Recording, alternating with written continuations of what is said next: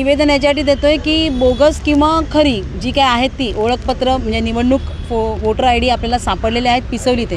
आता त्याची संख्या हजारोच्या घरामध्ये आहे, परंतु असे किती वोटर आय डी त्यांनी अख्ख्या मतदारसंघामध्ये बनवले असतील हा एक वेगळा संशोधनाचा विषय असेल.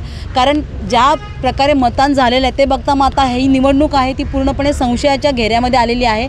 आमची सगळ्यांची अशी मागणी असेल शिवसेनेतर्फे की जर ही अशी ओळखपत्र जर बनवली गेली असेल आणि तसे जर गुन्हेगार सापडत असतील तर ही निवडणूक रद्द करण्यात यावी आणि पुन्हा एकदा फ्रेशपणे निवडणूक घेण्यात यावी. कारण इथून जिंकून गेलेले जे खासदार आहेत ते या बनावट वोटर आय डीने जिंकून गेलेले असतील अशी आम्हाला दाट शक्यता वाटते आहे. आणि त्यामुळे मला असं वाटतं की जर एका ठिकाणी 720 किंवा 1000च्या घरात सापडलेत तर अशी मतदारसंघामध्ये किती ठिकाणी बनवले गेले असतील आणि जर असे बनवले गेले असेल तर त्याच आधारे यांना कशावरनं मतं जास्त झाले नाहीत, मतदान जास्त झालेलं नाही आहे. तर हे इथे शंका घेण्याला वाव आहे आणि मला असं वाटतं की याचं गांभीर्याने याची दखल निवडणूक आयोगाने आणि पोलीस प्रशासनाने घ्यावी आणि निष्पक्षपातीपणे यांनी हा कारभार करावा आणि शोध घ्यावा.